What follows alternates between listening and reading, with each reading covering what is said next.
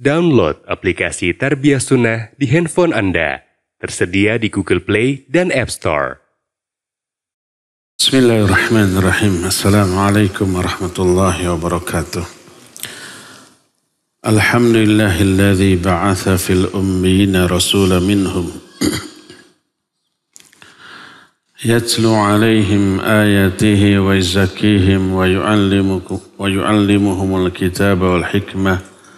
Wa in kanu min qablu la fi dhalalin mubin. Wa ashhadu an la ilaha illallah al-malikul haqqul mubin. Wa ashhadu anna Muhammadan abduhu wa rasuluhu sadiqul wa'dil amin. Wassalatu wassalamu ala ashrafil anbiya'i wal mursalin wa ala alihi wa ashabihi ajma'in wa man tabi'ahum bi ihsanin ila yaumiddin wa ba'd. Hadirin jamaah Masjid Agung Al-Ukhwah Bandung yang Allah muliakan, para pendengar Radio Tarbiyah Sunnah Bandung, pendengar Radio Roja di beberapa kota, dan radio-radio lain yang ikut gabung, serta para pemirsa Roja TV dan TV-TV lain, serta para netizen. Alhamdulillah kita jumpa lagi. Kita sedang membahas rukun iman yang kelima, yaitu iman kepada hari akhir.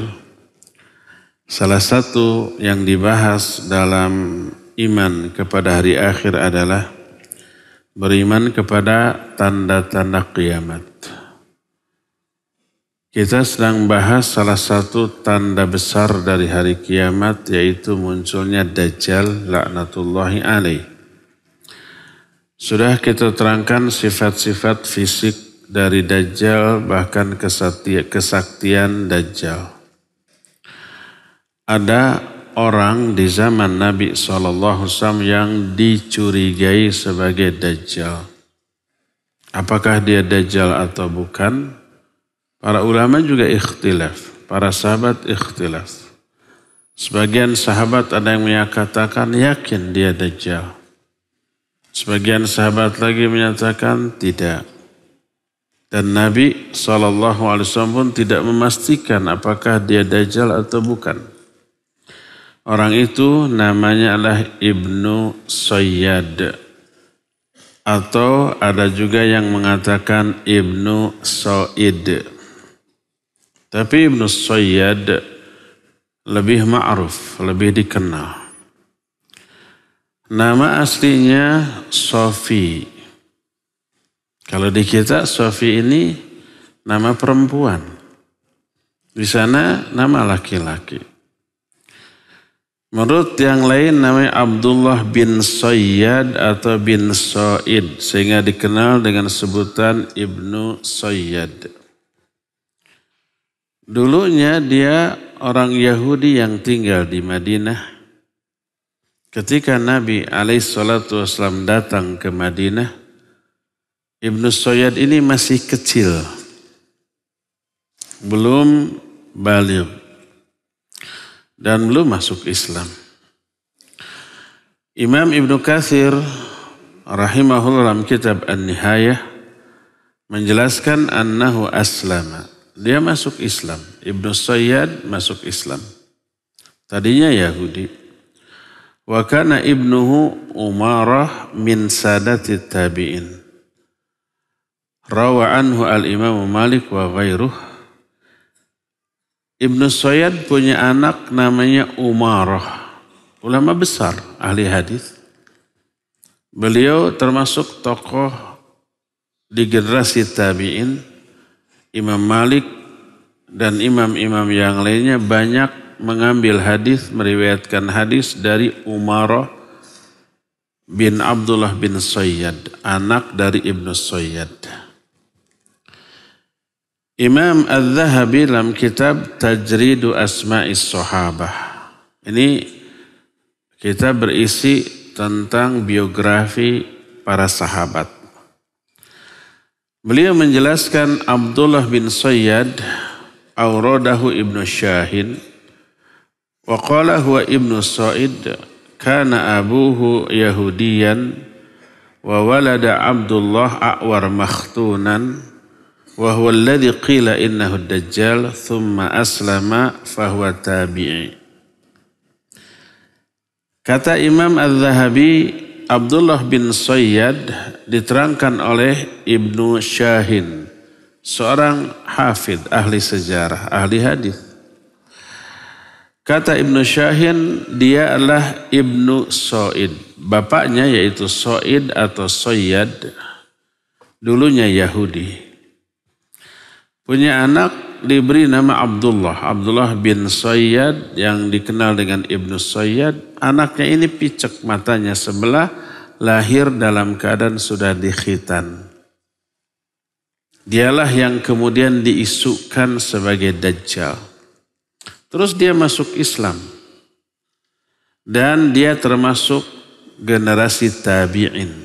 Walaupun Ibnu Sayyad berjumpa dengan Nabi SAW, tapi masuk ke dalam kategori tabi'in karena ketika bertemu masih belum Islam. Islamnya setelah Nabi wafat. Imam Ibnu Hajar al-Asqalani dalam kitab Al-Isabah fi Tamyiz Sahabah menerangkan perkataan Imam Az-Zahabi, wa min waladihi Umarah bin Abdullah bin Sayyad wa kana min khiyaril muslimin min ashabi Sa'id bin al-Musayyib rawa anhu Malik wa ghairuhu.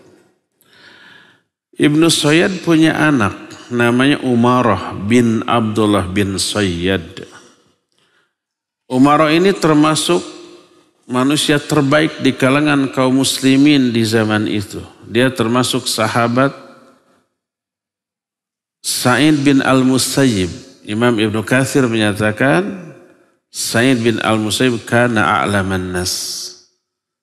Sa'id bin al-Musayyib itu manusia yang paling berilmu pada zamannya. Ulama besar. Nah, Sa'id bin al-Musayyib adalah sahabat dari Umarah ibnu Sayyad. Umarah bin Ibni Sayyad. Umarah anak Ibnu Sayyad.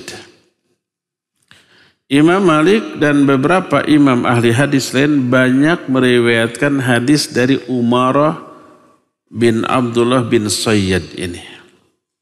Lalu Imam Az-Zahabi meriwayatkan, menjelaskan beberapa hadis tentang Ibnu Sayyad yang anaknya menjadi ulama besar.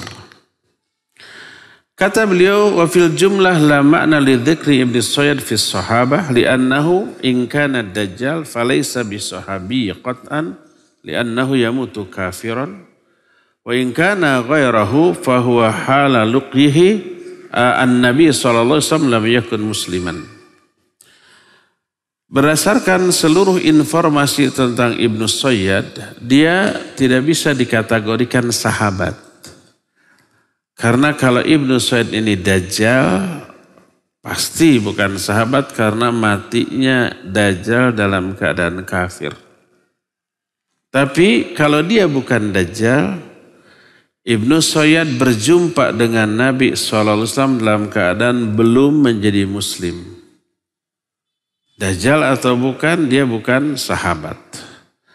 Lakin in aslama ba'da dzalik fahuwa tabi'i.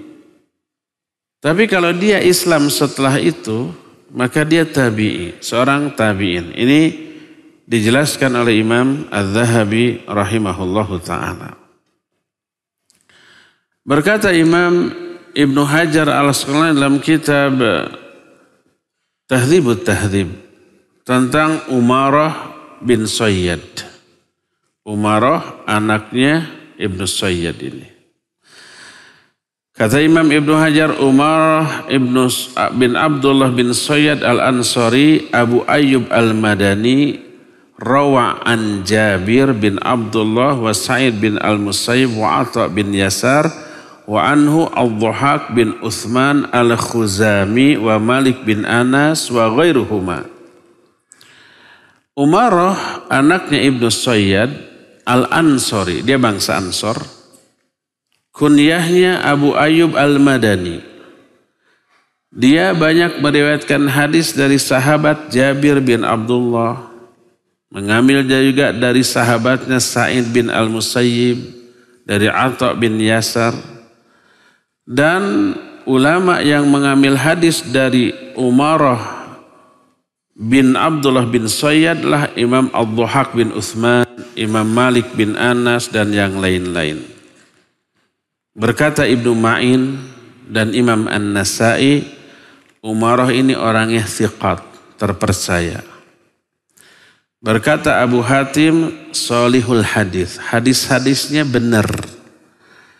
Kata Ibnu Sa'ad, kana thiqah qalil hadis. Dia orangnya thiqat tapi sedikit meriwayatkan hadis. Malik bin Anas menyatakan, dikatakan bahwa Imam Malik bin Anas la yuqaddimu alaihi fil fadl ahadan. Imam Malik bin Anas tidak lebih mengutamakan siapapun dibanding Umarah bin Abdullah bin Sayyad. Dan ini menunjukkan keutamaan Umarah, dan Umarah adalah anaknya Ibnu Sayyad yang dicurigai sebagai Dajjal. Bagaimana sikap Rasul alaihi salatu wasallam kepada Ibnu Sayyad? Disebarkan atau tersebar isu Ibnu Sayyad adalah Dajjal. Kenapa? Ciri-ciri fisiknya persis seperti ciri-ciri fisik tentang Dajjal yang diceritakan oleh Nabi SAW.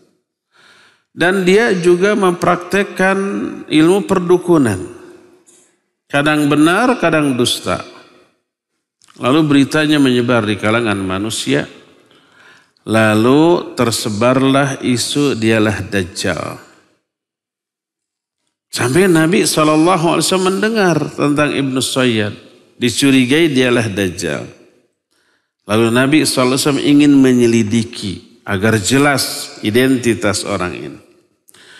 Makanya Nabi SAW suka ngintip, mengendap-endap tanpa sepengetahuan Ibnu Sayyad, berharap mendengar sesuatu yang bisa menentukan apakah Ibnu Sayyad ini Dajjal atau tidak.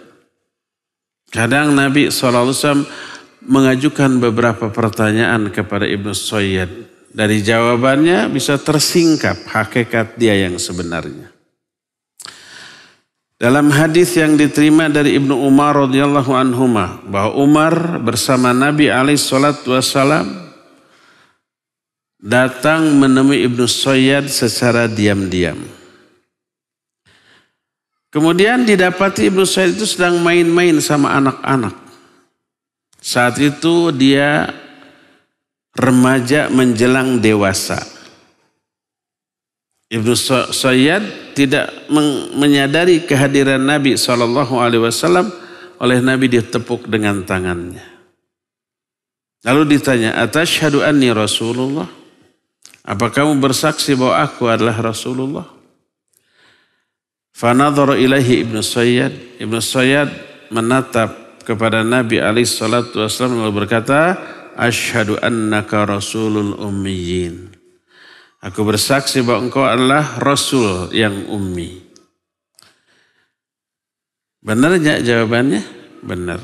Tapi anehnya dia balik bertanya, atashhadu anni Rasulullah? Apakah engkau bersaksi bahwa aku adalah Rasulullah? Ini pertanyaan Ibnu Sayyad kepada Nabi SAW. Farafadahu. Lalu didorong oleh Nabi SAW lalu berkata, amantu billahi wa birusulih. Aku hanya beriman kepada Allah dan Rasulnya. Lalu Nabi SAW bertanya lagi, mataro, apa yang engkau lihat? Kata Ibnu Sayyad, ya'tini shadiqun wa kadhibun. Telah datang kepadaku yang jujur dan yang berdusta. Apa kata Nabi? Khalat alaikal amr. Campur aduk nih. Kamu ini pikirannya kacau nih. Lalu Nabi SAW berkata, inni khaba'tu laka khabi'a. Aku mengintip kamu secara diam-diam. Kata si Ibnu Sayyad, duh. Makna duh artinya dukhan. Dan dia tidak bisa mengucapkan dukhan kecuali duh. Sebagaimana nanti dijelaskan di dalam riwayat yang lain. Lalu kata Nabi SAW, ikhsa falan ta'du wa qadrak. Diam kamu. Kamu tidak akan bisa melampaui batas kemampuanmu. Jadi menghadapi Ibnu Sayyad jawabannya membuat pusing. Sampai Umar yang saat itu ada bersama Nabi SAW berkata, Da'ni ya Rasulullah adribu unuqah. Biarkan saya penggal leher orang ini wahai Rasulullah. Bisi dajjal gitu. Apa kata Nabi SAW? Iyakunhu falan taslitu alaih. Wa illam yakunhu fala khaira laka fi qatlih. Kalau dia benar dajjal, kamu tidak akan bisa membunuhnya. Kalau dia bukan dajjal, nggak ada kebaikan membunuhnya. Jadi mau dajjal mau bukan, biarkan. Kalau benar dajjal nggak bisa dia dibunuh. Yang bisa membunuh dajjal siapa? Nabi Isa alaihissalatu wassalam. Jadi kalau dia dajjal kamu nggak bisa membunuhnya. Kalau dia bukan dajjal untuk apa dibunuh? Hadis tersebut sahih diriwayatkan oleh Imam Bukhari. Dalam kitab Sahih Bukhari, Kitabul Janaiz bab idza aslama as-sabiyyu famata fahal yusalla alaih. Dalam riwayat lain Nabi SAW bertanya kepada Ibnu Sayyad, "Ma taro, apa yang engkau lihat?" Kata Ibnu Sayyad, "Aro arsyan 'alal ma." Aku melihat ada singgasana di atas air.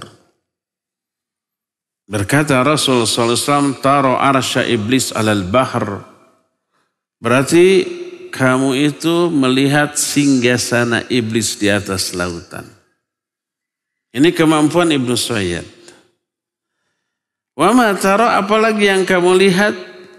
Dia menjawab, ara sadiqain wa kadhiba au kadhibain wa sadiqa. Saya melihat dua orang yang jujur dan satu orang pendusta. Atau saya melihat dua pendusta, satu orang yang jujur. Liar. Kata Nabi SAW, lubisa alaih da'ahu. Liar nih orang, biarkan. Ibnu Umar radhiyallahu anhuma menjelaskan suatu saat Nabi Rasul SAW dan Ubay bin Ka'ab pergi lagi menemui Ibnu Sayyad. Kemudian mengendap-endap bersembunyi di balik sebatang pohon kurma. Dia mengintip, ingin mendengar sesuatu dari Ibnu Sayyad.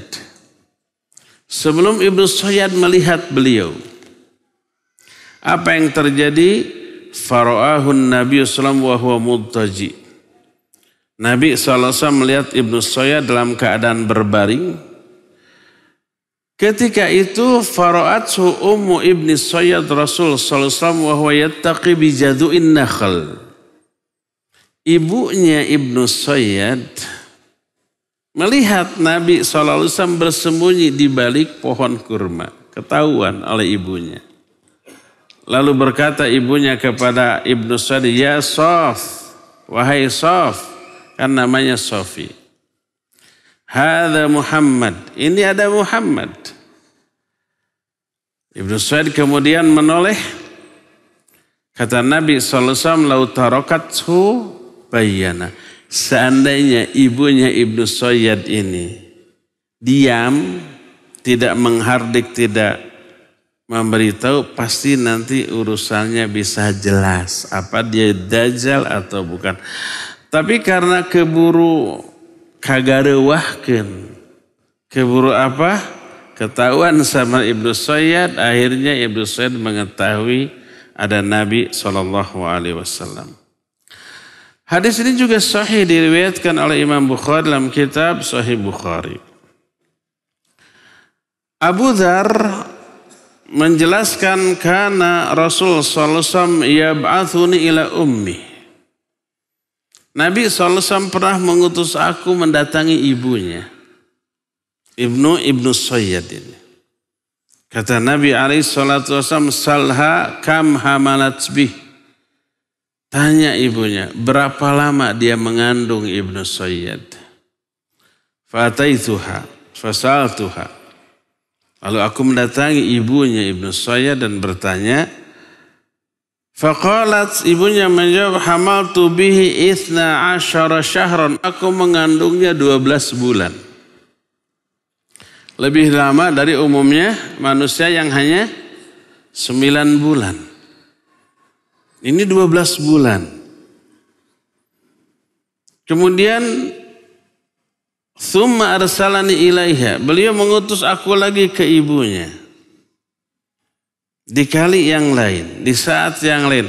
Salha an sayhati hina waqa. Tanya bagaimana tangisan Ibnu Sayyad ketika dia lahir. Kan semua bayi yang lahir oa-oaannya nangis gitu. Maka ditanya, aku kembali kepada ibunya lalu berkata, bagaimana tangisan Ibnu Sayyad ketika lahir? Dia menjawab, soha soyhatas sobi Ibnu Syahr. Dia menangis, menjerit seperti jeritan bayi yang usianya 1 bulan. Jadi beda dengan bayi pada umumnya. Dan ini menunjukkan keluar atau perbedaan Ibnu Sayyad sejak bayi dibanding umumnya manusia. Lalu Nabi SAW ketika mengendap-ngendap, mengintip Ibnu Sayyad, lalu Ibnu Sayyad berkata duh, yang maknanya adalah dukhon, tapi dia tidak bisa mengatakan dukhon, cuma duh. Maka yang dimaksud dengan dukhon yang dikatakan oleh Ibnu Sayyad adalah dukhon tentang adanya kabut yang menjadi tanda sudah dekatnya kiamat. Nanti akan kita jelaskan salah satu tanda dekatnya kiamat munculnya dukhon. Dan ini dijelaskan oleh Allah dalam Al-Quran. Bahkan ada satu surat, namanya surat Ad-Dukhan. Allah berfirman dalam Ad-Dukhan ayat 10, fartaqib yauma ta'tis sama'u bidukhanin mubin. Tunggulah suatu hari, di hari itu langit akan datang dengan membawa dukhon yang nyata. Artinya awan atau asap yang nyata. Dalam hadis riwayat Imam Ahmad juga dari Ibnu Umar radhiyallahu anhuma, Nabi SAW mengendap-endap ngintip dan Ibnu Sayyad mengatakan hal yang sama. Duh. Maknanya dia melihat dukhon. Berkata Imam Ibnu Katsir rahimahullahu ta'ala, yang beliau jelaskan dalam kitab tafsirnya. Kata Imam Ibnu Katsir, inna Ibnu Sayyad kashifun ala tariqatil kuhan bilisanil jan wa hum yaqrituna aw yaqta'una al-ibarah wa lihadha qala huwa ad-dukh yani ad-dukhan fa indaha arafa Rasul sallallahu alaihi wasallam madatahu annaha syaitaniyah fa qala lahu ikhsa falan ta'du qadrak. Kata Imam Ibnu Katsir, Ibnu Sayyad memiliki kemampuan seperti para dukun dengan lisan bahasa jin. Artinya dia memutus ungkapan satu kata tapi diputus di tengah kata. Seperti dukhon dikatakan dengan sebutan duh. Ketika itu Rasul SAW tahu maksud dari duh yaitu dukhon. Dan ini adalah bahasa setan. Makanya Nabi SAW berkata kepada Ibnu Sayyad ini, ikhsa, falan ta'du qadrak, diam kamu. Kamu tidak akan mampu melewati batas kemampuanmu. Ini diceritakan oleh Imam Ibnu Katsir dalam kitab tafsirnya.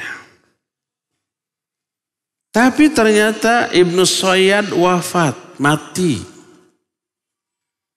Sebagaimana Jabir radhiyallahu an menyatakan, faqadna Ibnu Sayyad yaumal harrah, kami kehilangan Ibnu Sayyad pada hari yang sangat panas. Kehilangan maksudnya Ibnu Sayyad mati. Dan hadis ini diriwayatkan oleh Imam Abu Daud dalam kitab Sunannya. Riwayat ini disahihkan oleh Imam Ibnu Hajar al-Asqalani dalam kitab Fathul Bari Syarah Sahih Bukhari. Dan beliau mendhaifkan ucapan orang yang berpendapat bahwa Ibnu Sayyad mati di Madinah. Para sahabat membuka wajahnya dan mensolatkan Ibnu Sayyad. Ini juga diterangkan dalam kitab Fathul Bari Syarah Sahih Bukhari. Jadi ternyata Ibnu Sayyad mati, sedangkan Dajjal belum keluar nanti di akhir zaman. Apakah Ibnu Sayyad ini benar-benar Dajjal Akbar yang dimaksud oleh Nabi SAW? Sudah kita terangkan bahwa Nabi SAW sampai mengetes Ibnu Sayyad untuk mengetahui hakikat yang sebenarnya. Apakah Ibnu Sayyad ini Dajjal atau bukan? Tapi ternyata Nabi SAW tawakuf. Tawakuf itu tidak memastikan apakah dia Dajjal ataukah bukan. Karena tidak diwahyukan kepada beliau apa ini Dajjal atau bukan. Itu Nabi, tawakuf. Tapi para sahabat ada yang sampai sumpah demi Allah dialah Dajjal. Seperti Umar ibn Khattab radhiyallahu an bersumpah di hadapan Nabi SAW, wallahi annahu Dajjal. Demi Allah dia itu Dajjal. Dan Nabi SAW tidak mengingkari ucapan Umar bin Khattab radhiyallahu an. Dan beberapa sahabat melihat Umar bersumpah bahwa Ibnu Sayyad adalah Dajjal. Itu yang melihat di antara Jabir, Ibnu Umar dan Abu Dzar radhiyallahu anhum ajmain. Dalam hadis yang diterima dari Muhammad bin Al-Munkadir, dia namanya Abu Abdullah Al-Munkadir bin Abdullah dan seterusnya. Beliau wafat tahun 131 Hijriyah dan termasuk salah seorang ulama tabi'in. Muhammad bin Al-Munkadir berkata, ra'aitu Jabir bin Abdullah yahlifu billah inna Ibnu Sayyad huwa Dajjal. Aku melihat Jabir bin Abdullah bersumpah atas nama Allah bahwa Ibnu Sayyad adalah Dajjal. Lalu aku bertanya, kata Muhammad bin Al-Munkadir, tahlifu billah, kamu bersumpah atas nama Allah? Maka menjawablah Jabir bin Abdullah, inni sami'tu Umar yahlifu ala dhalik indan Nabi sallallahu alaihi wasallam falam yunkirhu Nabi sallallahu alaihi wasallam. Aku mendengar Umar bersumpah tentang hal itu di hadapan Nabi alaihi salatu wasallam dan Nabi tidak mengingkari sumpahnya Umar. Hadis ini sahih diriwayatkan oleh Imam Bukhari dan Imam Muslim dalam dua kitab sahihnya. Jadi Umar dan juga Jabir sampai bersumpah Ibnu Sayyad ini adalah Dajjal. Selain dua sahabat tadi, ada Ibnu Umar, anaknya Umar. Juga sama bersumpah Ibnu Sayyad ini Dajjal loh. Sebagaimana diterangkan dari Nafi'. Nafi' ini adalah maulanya Ibnu Umar, hamba saya bagi Ibnu Umar. Dia berkata, kana Ibnu Umar yaqul wallahi ma asyukku annal masihad dajjal Ibnu Sayyad. Demi Allah aku tidak ragu lagi bahwa Masihid Dajjal adalah Ibnu Sayyad. Sampai berkata begitu. Ini hadis diriwayatkan oleh Imam Abu Daud dalam kitab Sunannya, lalu Imam Ibnu Hajar al-Asqalani dalam kitab Fathul Bari Syarah Sahih Bukhari menyatakan hadis ini sahih. Itu yang ketiga, sahabat ketiga. Pertama Umar, kedua Jabir bin Abdullah, ketiga Ibnu Umar. Keempat Abu Dzar Al-Ghifari radhiyallahu an. Dia berkata, "Li'an ahlifa 10 marat ana ibn as-Sa'id huwa ad-Dajjal ahabbu ilayya min an ahlifa marrah wahidah annahu laysa bih." Kalau aku bersumpah sampai 10 kali bahwa Ibnu Sayyad adalah Dajjal, itu lebih aku sukai daripada bersumpah sekali bahwa dia bukan Dajjal. Artinya dia lebih cenderung Ibnu Sayyad ini betul-betul Dajjal. Dari Nafi, ini diceritakan satu kisah yang cukup lucu, cukup menggelitik. Dari Nafi itu pembantunya Ibnu Umar. Laqiya Ibnu Umar Ibn Sa'id fi ba'di turuqil Madinah. Faqala lahu qawlan aghdabahu.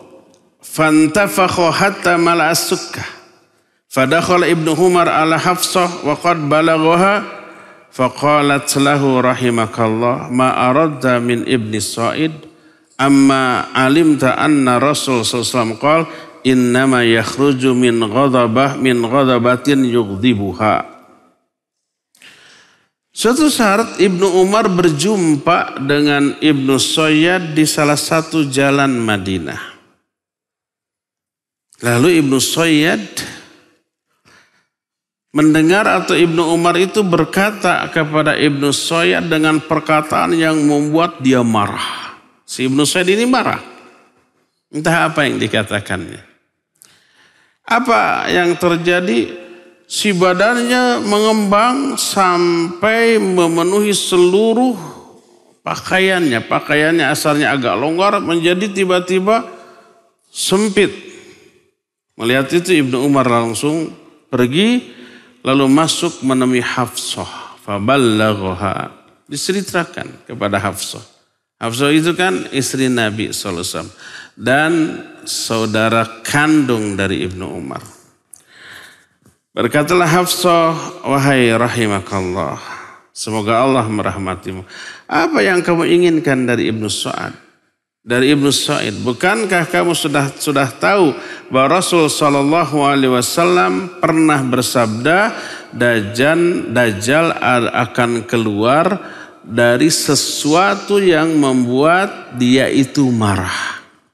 Dan hadis ini diriwayatkan oleh Imam Muslim dalam kitab Sahih Muslim dalam kitab Asyratus Sa'ah. Kata Nafi selanjutnya, Ibnu Umar berkata, aku berjumpa dengan Ibnu Sayyad 2 kali.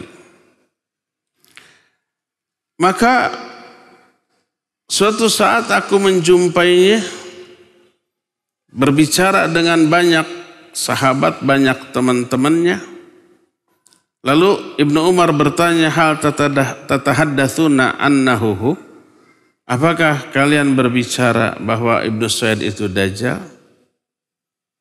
Dia berkata, mereka berkata, la wallahi, tidak demi Allah.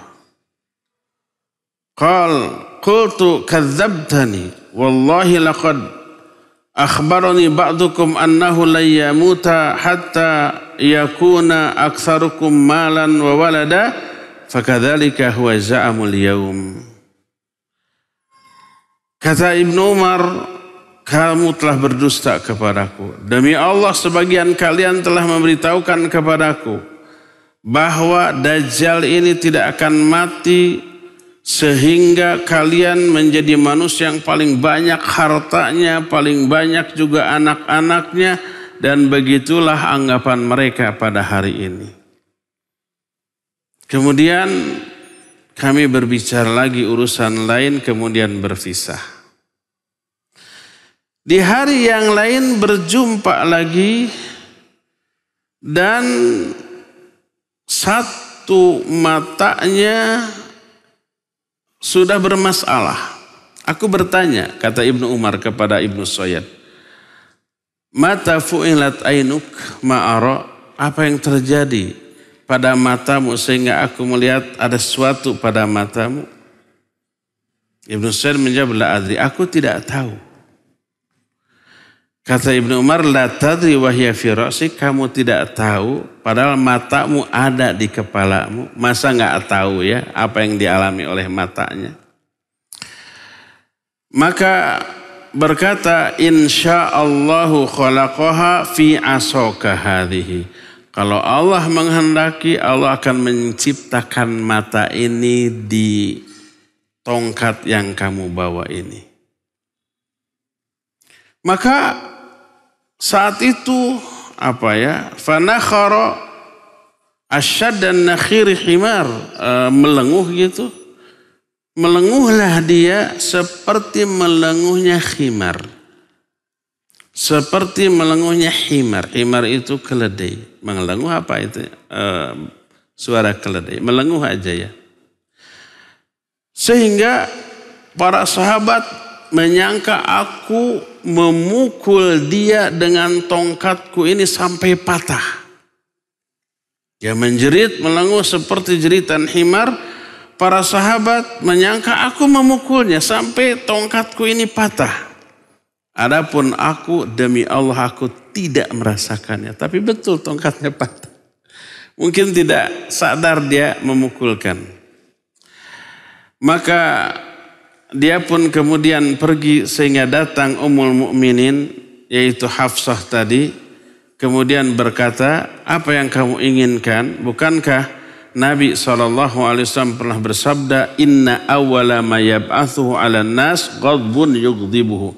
Sesungguhnya yang membangkitkan Dajjal keluar dari manusia adalah kemarahan yang membuat dia marah. Hadis ini sahih diriwayatkan oleh Imam Muslim. Jadi intinya banyak sahabat bahkan juga tabi'in mencurigai bahwa Ibnu Sayyad itu Dajjal. Bagaimana perasaan Ibnu Sayyad dia dicurigai sebagai Dajjal? Manusia biasa pasti sakit hati. Sampai dikatakan wa kana Ibnu Sayyad yasma'u ma yaquluhu an-nas fihi fa yata'adza min dzalika katsira wa yudafi'u an nafsihi bi annahu laysa ad-dajjal wa yahtajju ala dzalika bi anna ma akhbara an-nabi sallallahu alaihi wasallam min sifatid dajjal la tantabiqu alaihi. Ibnu Sayyad mendengar tuduhan orang kepadanya. Dan itu sangat menyakiti perasaannya. Dia membela diri bahwa dia bukan Dajjal, berhujjah dengan keterangan dari Nabi tentang sifat-sifat Dajjal tidak ada pada dirinya. Semua sifat Dajjal tidak ada pada dirinya. Kata Ibnu Sayyad seperti itu. Sehingga diterangkan dalam hadis yang diterima dari Abu Sa'id Al-Khudri radhiyallahu an. Suatu saat aku keluar, kata Abu Sa'id, untuk berhaji atau umroh, satu rombongan dari Madinah ke Mekah. Bersama kami ikut juga Ibnu Sayyad. Di tengah jalan kami singgah, istirahat. Orang-orang berpencar mencari tempat untuk istirahat masing-masing.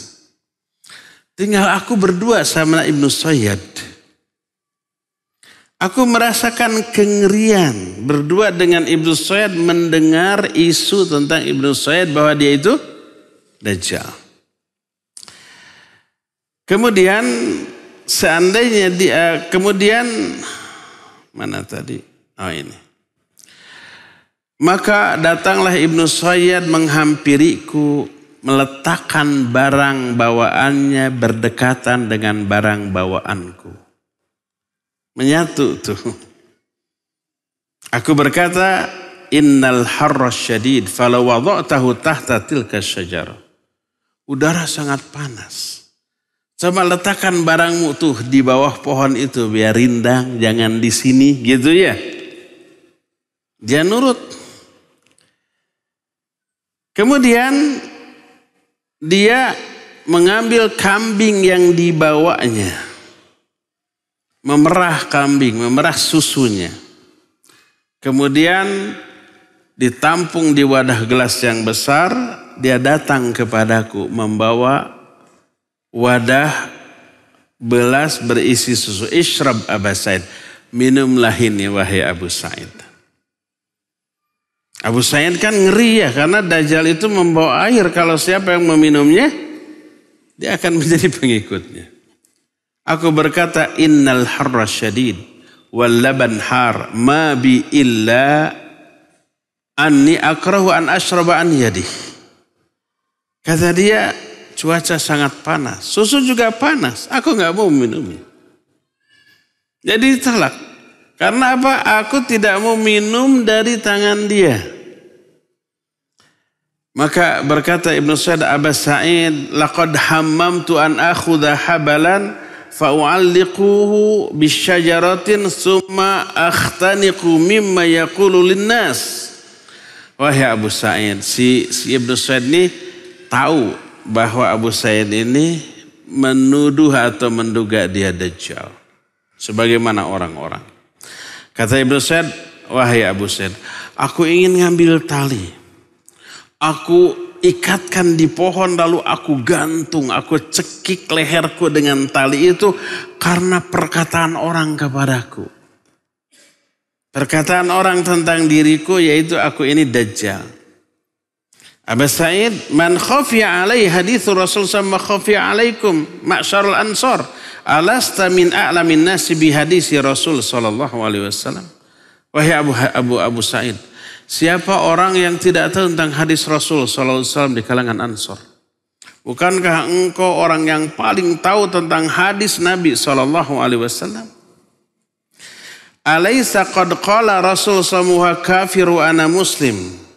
Wa alaysa qad qala Rasul sallallahu huwa aqim la yuladu lahu wa qad taraktu waladi bil Madinah. Aw laysa qad qala Rasul sallallahu la yadkhul Madinah wala Makkah wa qad aqbaltu minal Madinah wa ana uridu Makkah. Wahai Abu Sa'id, bukankah Nabi SAW pernah berkata Dajjal itu kafir sedangkan aku muslim? Bukankah Nabi SAW berkata bahwa Dajjal ini akim. Akim itu mandul, gak punya anak. Sedangkan aku meninggalkan anakku di Madinah. Bukankah Nabi SAW berkata Dajjal tidak bisa masuk Madinah dan Mekah. Sedangkan aku tadi pergi dari Madinah sekarang mau menuju Mekah. Jadi semua data tentang Dajjal berbeda dengan data tentang dirinya. Dajjal kafir, Abu Sa'id muslim. Dajjal mandul, dia punya anak. Dajjal tidak bisa masuk Mekah Madinah, dia datang dari Madinah menuju Mekah. Apa kata Abu Sa'id? Kata dia, hatta qidtu an u'adzirahu. Kata Abu Sa'id, hampir-hampir aku memaklumi dia, mempercayai omongannya. Tapi apa yang dikatakan oleh Ibnu Sayyad setelah itu, perkataan dia setelah itu membatalkan omongan dia tadi. Omongan tadi itu membantah dia bukan Dajjal kan? Tapi coba omongan berikutnya. Amma wallahi anni a'rifuhu wa a'rifu maulidahu wa ainahu wal-an. Kata Ibnu Sayyad, demi Allah, aku tahu siapa Dajjal. Aku tahu tempat dan waktu kelahirannya. Dan aku tahu di mana sekarang Dajjal tuh. Sampai Abu Sa'id yang hampir percaya sampai menyatakan tabban laka sa'irul yaum, celaka kamu sudah, sial kamu selama sehari ini. Hadis ini, cerita ini diriwayatkan oleh Imam Muslim dalam kitab Sahih Kitabul Fitan wa Ashrati Sah bab dzikru Ibnu Sayyad. Dalam riwayatin berkata Ibnu Sayyad, amma wallahi inni la'alamul an haitsu huwa wa a'rifu abahu wa ummah. Kata Ibnu Sayyad, demi Allah, aku mengetahui di mana sekarang Dajjal. Bagaimana keadaannya? Aku tahu siapa bapaknya dan siapa ibunya. Itu kata Ibnu Sayyad. Kemudian ditanya oleh orang, ayasurruka annaka dzakar rajul, apakah kamu senang kalau kamu itu adalah Dajjal, laki-laki itu? Dia berkata apa? Lau uridu an la ya makaritu. Kalau memang itu sudah nasibku, aku tidak benci hal itu. Gak keberatan dia disebut atau dituduh Dajjal. Dan hadis ini juga sahih diriwayatkan oleh Imam Muslim. Dan banyak lagi riwayat yang menjelaskan tentang Ibnu Sayyad yang apabila kita ceritakan semuanya niscaya kepanjangan. Tapi intinya di kalangan para sahabat ada yang menuduh dia itu benar-benar Dajjal, berhujjah dengan sumpahnya beberapa sahabat besar seperti Ibnu Umar, seperti Jabir bin Abdullah, seperti Umar bin Khattab, seperti Abu Dzar Al-Ghifari dan yang lain-lainnya. Yang menyatakan bahwa Ibnu Sayyad adalah Dajjal. Ada lagi yang menjelaskan bahwa Ibnu Sayyad bukanlah Dajjal. Termasuk dari kalangan para sahabat. Salah satu dalil yang menjadi hujjah bahwa Ibnu Sayyad bukan Dajjal adalah ketika Ibnu Sayyad ada, Dajjal juga diceritakan ada. Pernah ditemui oleh seorang sahabat namanya Tamim Ad-Dari radhiyallahu an di sebuah pulau yang misterius entah di mana. Jadi ketika Tamim Ad-Dari berjumpa, ada dialog, nanti riwayat Tamim Ad-Dari ketemu Dajjal ini karena panjang kita bahas khusus, mungkin Jumat depan. Sepulang dia dari pulau itu berjumpa dengan Nabi SAW, diceritakan kepada Nabi SAW bahwa dia bertemu Dajjal dan Nabi memastikan ya itulah Dajjal. Ibnu Sayyad ada di Madinah saat itu. Jadi nggak mungkin Ibnu Sayyad adalah Dajjal, padahal Dajjal ada di pulau lain. Bagaimana kisah Tamim Ad-Dari nanti mungkin Jumat depan. Tapi yang jelas para ulama ikhtilaf apakah Ibnu Sayyad adalah Dajjal ataukah tidak. Itu ikhtilaf terjadi sejak zaman para sahabat tabi'in sampai sekarang. Para ulama zaman Kiwari juga berikhtilaf apakah Ibnu Sayyad Dajjal atau bukan. Dan kisah Tamim Ad-Dari terus data bahwa Dajjal kafir, Ibnu Sayyad Muslim. Dajjal tidak beranak, Ibnu Sayyad beranak. Dajjal tidak bisa masuk kota Mekah Madinah, Ibnu Sayyad bisa. Itu nanti dibantah oleh para ulama yang menyatakan bahwa dia itu Dajjal. Di antara ikhtilaf para ulama berkata Abu Abdullah Al-Qurtubi rahimahullah dalam kitab At-Tadhkirah. Kata beliau, as-sahih anna ibna Sayyad huwa Dajjal bidilalatin ma taqaddama wa ma yub'idu an yakuna bil jazirah fi dhalikal waqt wa yakunu baina adharis sahabah fi waqtin akhar. Yang benar Ibnu Sayyad adalah Dajjal dengan dalil-dalil yang sudah diterangkan tadi, ya.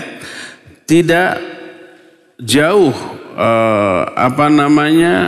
pendapat ini dari kebenaran, walaupun ada di waktu tertentu Dajjal itu ada di sebuah pulau yang ditemui oleh Tamim Ad-Dari dan di waktu lain berada di tengah-tengah sahabat.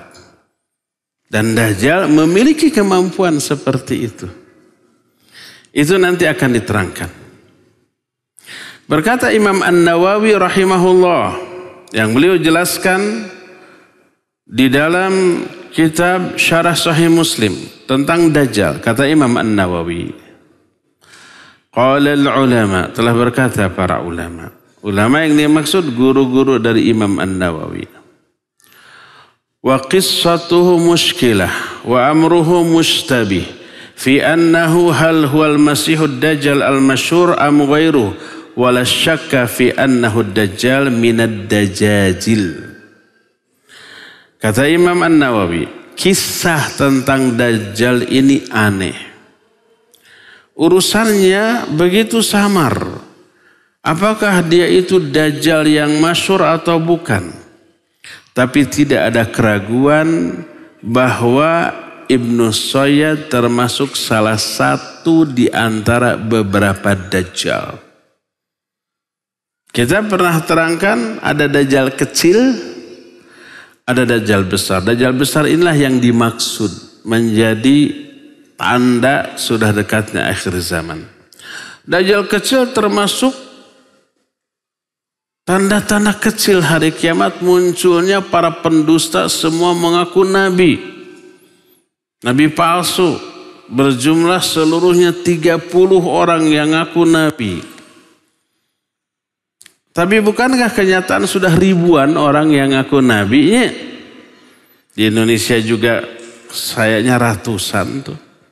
Kenapa Nabi SAW hanya menyatakan bukan muncul 30 Dajjal semuanya mengaku nabi. Dajjal kecil ini.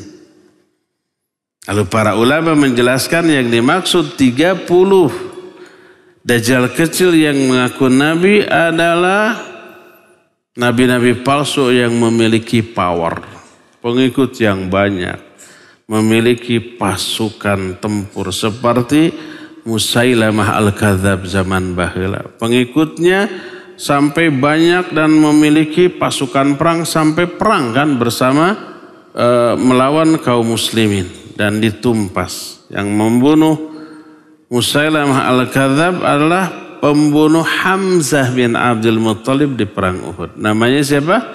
Wahsy. Sehingga berkata Wahsy, dulu aku pernah membunuh sebaik-baik manusia, yaitu Hamzah. Sekarang aku membunuh seburuk-buruk manusia, yaitu Musailamah Al-Kadzab. Punya power, punya kekuatan, punya pasukan. Nah yang seperti 30. Adapun nabi-nabi palsu lain yang pengikutnya hanya puluhan, ratusan, nggak punya power, ini tidak dianggap. Ya. Nah, salah satu di antara Dajjal kecil adalah Ibnu Sayyad, dan salah satu di antara makna dari Dajjal adalah perdukunan. Sehingga ketika Umar bin Khattab radhiyallahu an menjelaskan makna tagut. Tagut salah satunya adalah para kuhan, para dukun. Dan dukun termasuk salah satu di antara dajjal-dajjal kecil karena kedustaannya. Qala al-ulama, masih perkataan Imam An-Nawawi dalam kitab Syarah Sahih Muslim.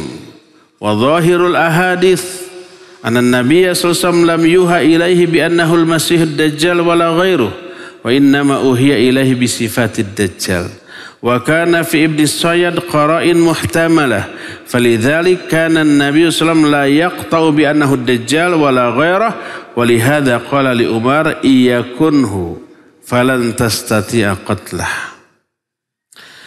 Zahir hadis yang ada tentang Dajjal bahwa Nabi SAW tidak diberi wahyu apakah Ibnu Sayyad Dajjal atau bukan. Beliau hanya diberi wahyu tentang sifat-sifat Dajjal. Dan di dalam diri Ibnu Sayyad ada beberapa sifat, tapi banyak sifat yang tidak dimiliki. Makanya Nabi SAW tidak berani memastikan bahwa dia itu Dajjal. Sampai menyatakan kepada Umar, kalau dia Dajjal, kamu nggak bisa membunuhnya. Kalau dia bukan Dajjal, nggak ada faidah, nggak ada manfaat membunuhnya. Beliau tidak pasti. Adapun beliau tidak mengingkari sumpah Umar, demi Allah aku yakin dia Dajjal, dan Nabi tidak mengingkarinya karena beliau pun tidak merasa pasti bahwa dia bukan Dajjal. Tidak pasti Dajjal, tidak pasti bukan Dajjal, makanya tawakuf. Tawakuf itu diam. Tidak membantah orang yang meyakini dia Dajjal, tidak membantah orang yang meyakini dia bukan Dajjal. Nah, jadi kata Imam An-Nawawi, ulama ikhtilaf terhadap dua. Ada yang menyatakan dia itu Dajjal dan ada yang menyatakan bahwa dia itu bukan Dajjal, dan ini didasarkan kepada kenyataan bahwa Nabi SAW pun tidak memastikan bahwa dia itu Dajjal ataukah bukan. Walhasil itulah penjelasan tentang Dajjal dan Ibnu Sayyad ya.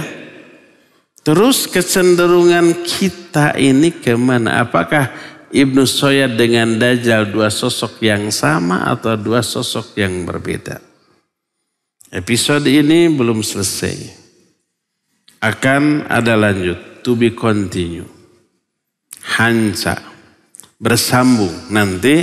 Nanti kita akan sampai kepada kesimpulan mana yang lebih kuat. Ibnu Sayyad itu Dajjal ataukah bukan. Jadi sekali lagi ini belum selesai, tapi waktu yang kita miliki sekarang sudah habis. Dan kita tinggal memiliki waktu untuk tanya jawab. Dan khusus hari Jumat ini kita akan menerima pertanyaan dari pendengar dan pemirsa Radio Roja kepada Al-Akh Al-Fadil Ari ya di studio Radio Roja Cilengsi.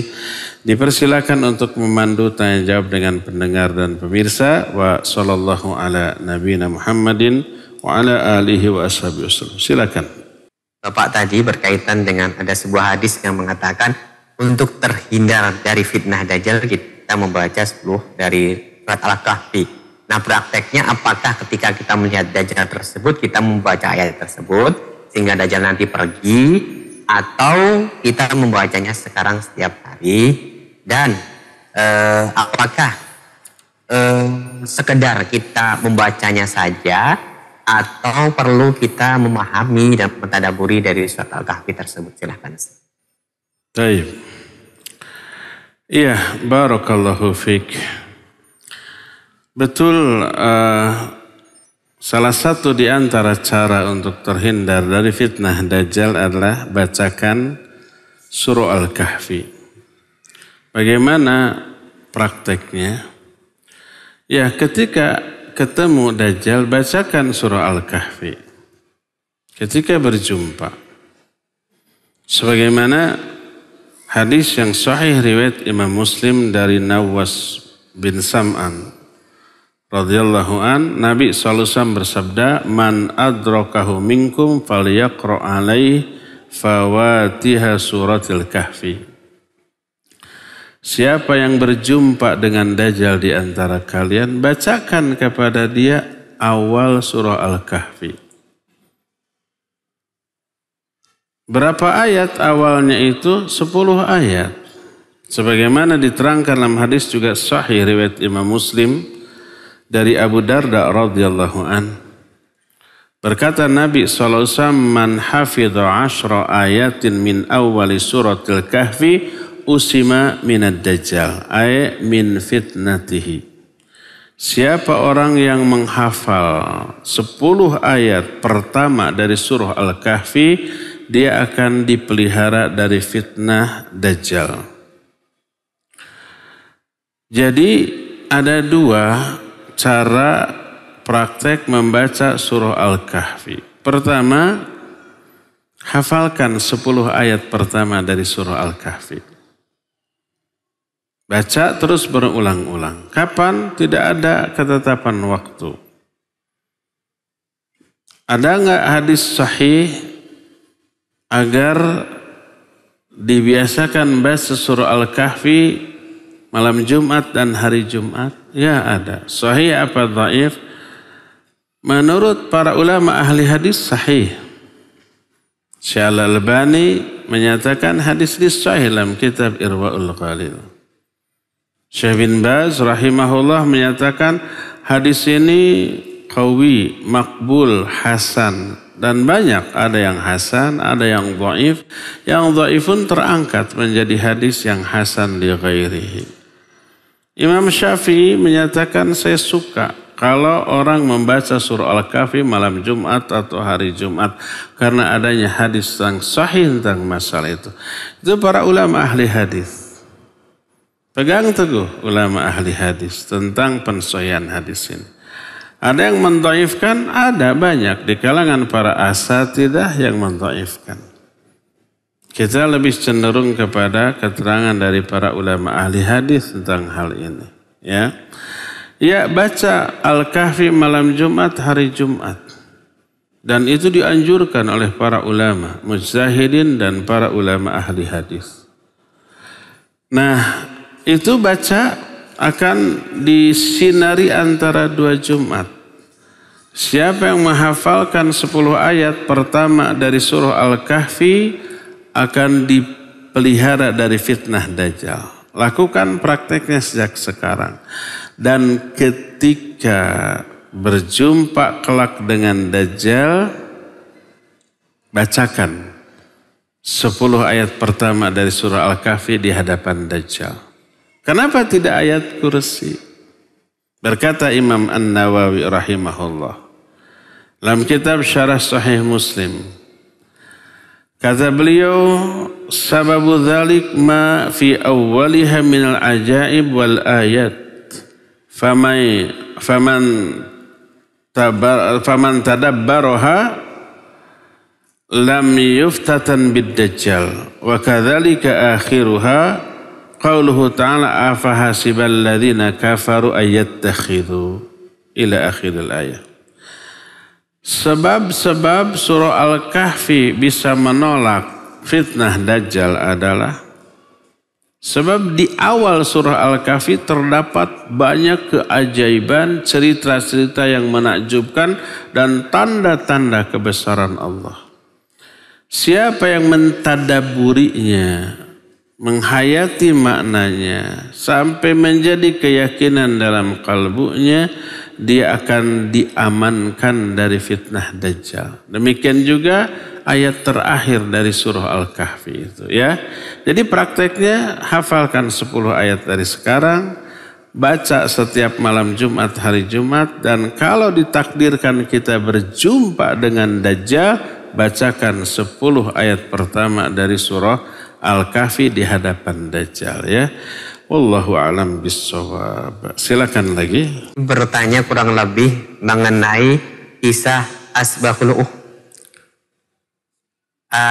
di mana menyebutkan sebuah raja yang membuat parit, kemudian membakar seluruh warganya di situ. Dan apakah itu ditulis dalam Al-Quranul Karim? Asbabul Ukhdud kalau nggak salah, Ustaz. Iya. Baik. Dalam surah Al-Buruj tentang Ashabul Ukhdud. Qutila Ashabul Ukhdud. An-nar dzatil waqud. Idhum 'alaiha qu'ud. Ini dalam surah Al-Buruj. Qutila Ashabul Ukhdud.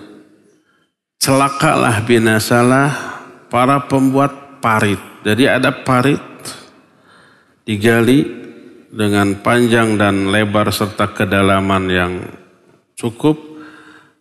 Kemudian dimasukkan kayu bakar, kemudian dinyalakan oleh api. Orang-orang dipaksa terjun ke api ini oleh raja saat itu. Siapa raja itu? Kapan terjadinya dan di mana kejadiannya? Jawabnya, siapa raja itu? Nggak tahu. Kapan kejadiannya? Zaman baheula. Di mana juga nggak tahu. Karena nggak ada penjelasan dalam ayat dan hadis. Tapi diceritakan dalam hadis, dalam kitab Riyadhus Shalihin bab-bab awal tentang kisah yang cukup panjang yang disebut dengan Ghulam. Seorang raja yang berkuasa, yang memaksa rakyatnya untuk menyembah beribadah kepadanya, punya tukang sihir yang sudah tua. Lalu tukang sihir itu karena merasa dirinya mau mati, dia ingin mewariskan ilmu sihirnya kepada seorang pemuda yang cerdas. Minta dicarikan pemuda yang cerdas itu. Ada seorang disebut Ghulam. Ghulam ini bukan nama, tapi Ghulam itu pemuda. Dan diajari sihir. Bolak-balik pergi dari rumahnya ke tempat tukang sihir tadi atas perintah raja. Jadi berangkat pagi, kemudian pulang sore atau malam, diajari sihir. Ketika suatu saat pulang dari belajar sihir, di tengah jalan dia singgah ke sebuah gubuk, di sana ada seorang rahib. Kemudian mendengar nasihat rahib. Rahib ini mengajak dia untuk beribadah hanya kepada Allah. Isi nasihat rahib bertolak belakang dengan ajaran si tukang sihir. Dan dia tertarik dengan ajaran rahib walaupun bertolak belakang. Akhirnya setiap mau pergi ke tukang sihir dia singgah di rahib, setiap pulang dari tukang sihir ke rumahnya dia singgah juga. Jadi sehari dapat 2 kali pelajaran dari rahib ini. Begitu terus. Apa akibatnya? Akibatnya ketika pergi dia terlambat ke tukang sihir, ketika pulang dia terlambat pulang ke rumahnya. Sampai dipukul oleh dua-duanya. Curhat kepada sang rahib. Kata sang rahib bilang, kalau nanti terlambat ke tukang sihir, keluargamu menahanmu. Kalau nanti pulang terlambat ke rumah, bilang tukang sihir itu yang menghambatmu. Dia ragu, mana yang benar? Apakah ajaran rahib atau tukang sihir? Suatu saat ketika dia pulang, orang berkerumun di jalan tidak berani lewat. Kenapa? Ternyata di tengah jalan ada satu binatang melata yang besar. Orang-orang tidak berani lewat. Kata si gulam, hari ini aku akan mengetahui ajaran siapa yang benar. Rahib atau tukang sihir. Si rahib mengajarkan untuk selalu menyebut nama Allah, beriman kepada Allah. Rahib sebaliknya. Dia berkata, ya Allah, kalau ajaran rahib ini benar, dengan lemparan batu ini bunuhlah si binatang itu. Lalu dia menyebut nama Allah, bismillah. Kemudian dilempar dan mati. Akhirnya orang-orang pun aman lewat. Dan sejak saat itu dia tahu ajaran rahib yang benar. Orang-orang melihat kesaktian pemuda ini lalu viral. Menyebar bahwa ini bisa membunuh binatang hanya dengan lemparan batu kecil. Begitulah seterusnya. Nah, akhirnya berlanjutlah. Dia belajar sihir tetap, dia belajar juga ke rahib, sampai akhirnya si tukang sihir itu kemudian didakwahi. Sampai akhirnya apa? Dia bisa menyembuhkan penyakit karena si gulam ini sudah viral dengan kesaktian. Banyak orang berdatangan berobat. Kata gulam apa? Aku nggak bisa menyembuhkan. Yang bisa menyembuhkan hanyalah Allah. Berimanlah kamu kepada Allah, berdoalah maka Allah akan menyembuhkanmu. Diikuti, beriman kepada Allah, minta dan sembuh semuanya. Termasuk si tukang sihir, termasuk si rahib juga mendengar berita ini. Kata si rahib, kalau nanti raja tahu, jangan bilang ajar ini dari aku ya, gitu. Nah akhirnya menyebar. Setiap yang berobat sembuh. Dengan cara beriman kepada Allah, minta kepada Allah, Allah akan sembuhkan. Raja punya penasehat. Penasehatnya buta. Dia mendengar ada orang yang bisa menyembuhkan segala macam penyakit. Dia datang membawa emas yang banyak. Kalau kamu bisa menyembuhkan saya, ini emasmu untukmu. Kata gulam, aku tidak bisa menyembuhkan. Yang bisa menyembuhkan Allah. Berimanlah kepada Allah, lalu mintalah kepada Allah, Allah akan mengijabah. Akhirnya dia beriman, kemudian minta kepada Allah, akhirnya melek lagi. Pas dia datang ke raja, raja kaget, loh kok kamu bisa melihat. Kenapa? Ternyata ada yang menyembuhkan. Siapa? Allah. Siapa Allah? Sesembahan kita. Loh, ada sembahan selain aku? Ya, Allah sesembahan kita, pencipta kamu, pencipta saya. Akhirnya dia disiksa. Dari mana ajaran ini? Akhirnya keluar rahasia dari si gulam. Akhirnya diambil gulam, disiksa. Gak kuat, dari mana ajaran kamu? Dari si rahib. Diambil si rahib, disiksa.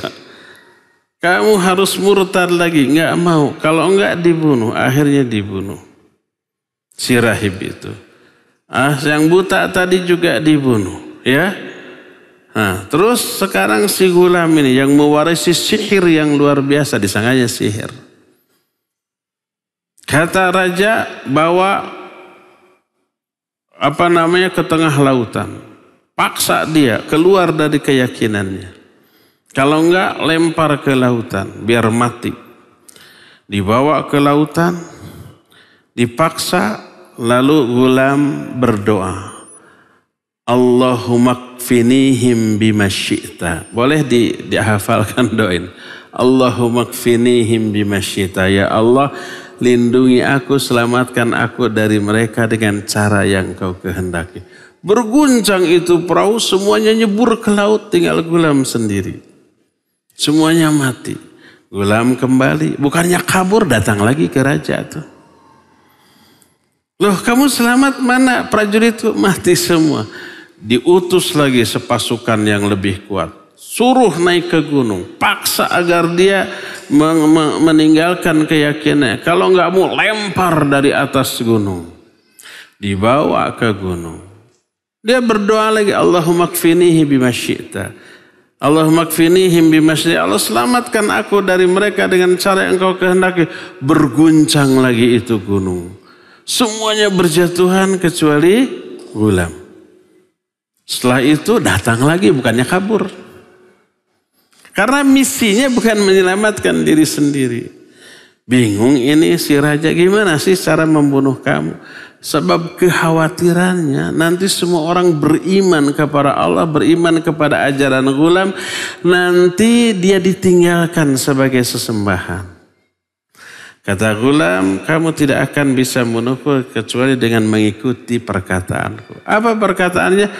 Ikat aku di sebuah batang pohon kurma, undang orang-orang untuk menyaksikan, selalu bentangkan panah, dan sebelum melepaskan anak panah, ucapkan olehmu Bismillahirrabbilghulam.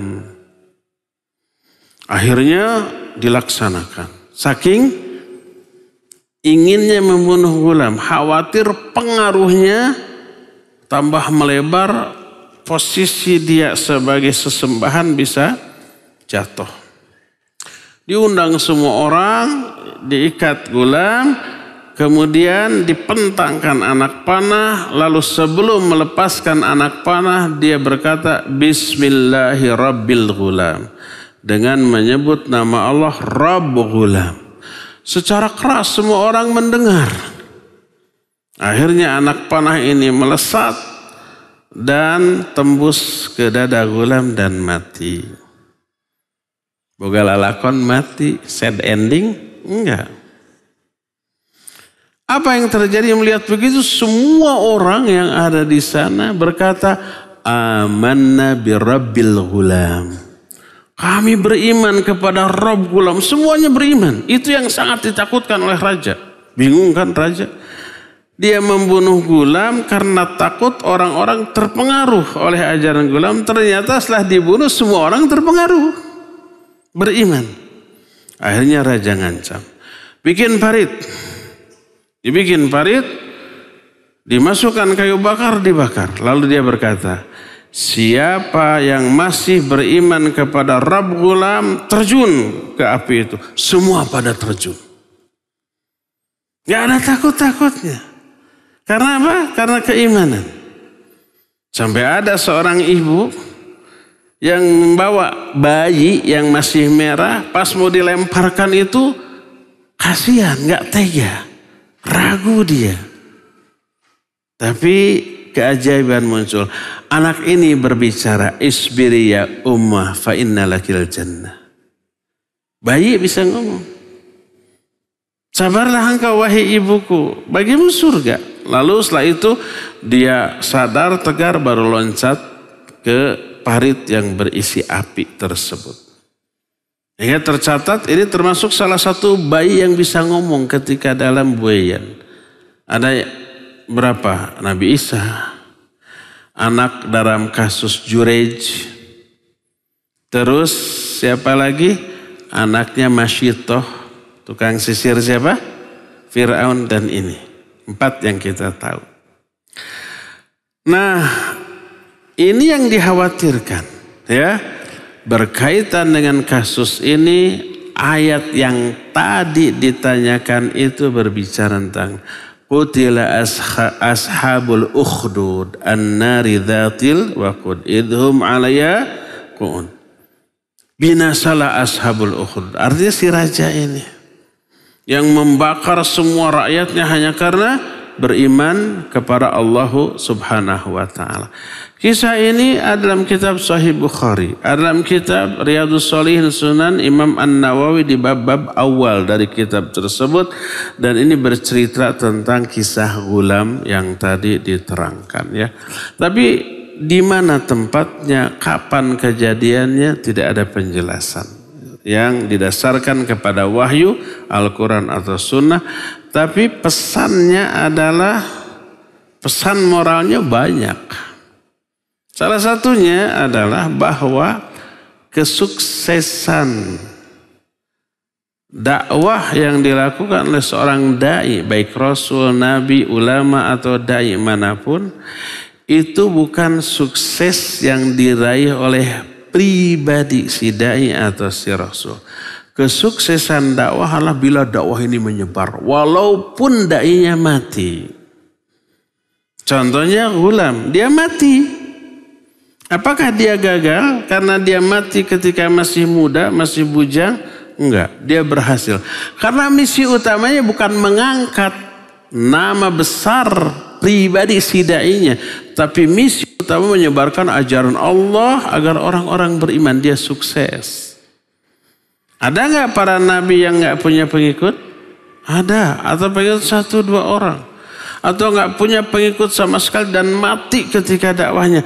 Apakah nabi yang nggak punya pengikut atau 1-2 orang atau sampai terbunuh itu nabi gagal dalam mengemban misi dakwah? Nggak ada nabi yang gagal. Allah nggak akan salah pilih memilih utusan terbaiknya di setiap masa. Semua nabi sukses. Karena kesuksesan bukan keberhasilan yang diraih bagi kepentingan si dai atau rasul atau nabi, tapi kesuksesan itu bila misi yang diemban itu berhasil membuat orang lain beriman. Seperti halnya gulam. Dia mati secara pribadi, tapi misi utamanya membuat orang-orang beriman sukses besar. Inilah kisah Ashabul Ukhdud yang terdapat dalam surah Al-Buruj tadi, ya.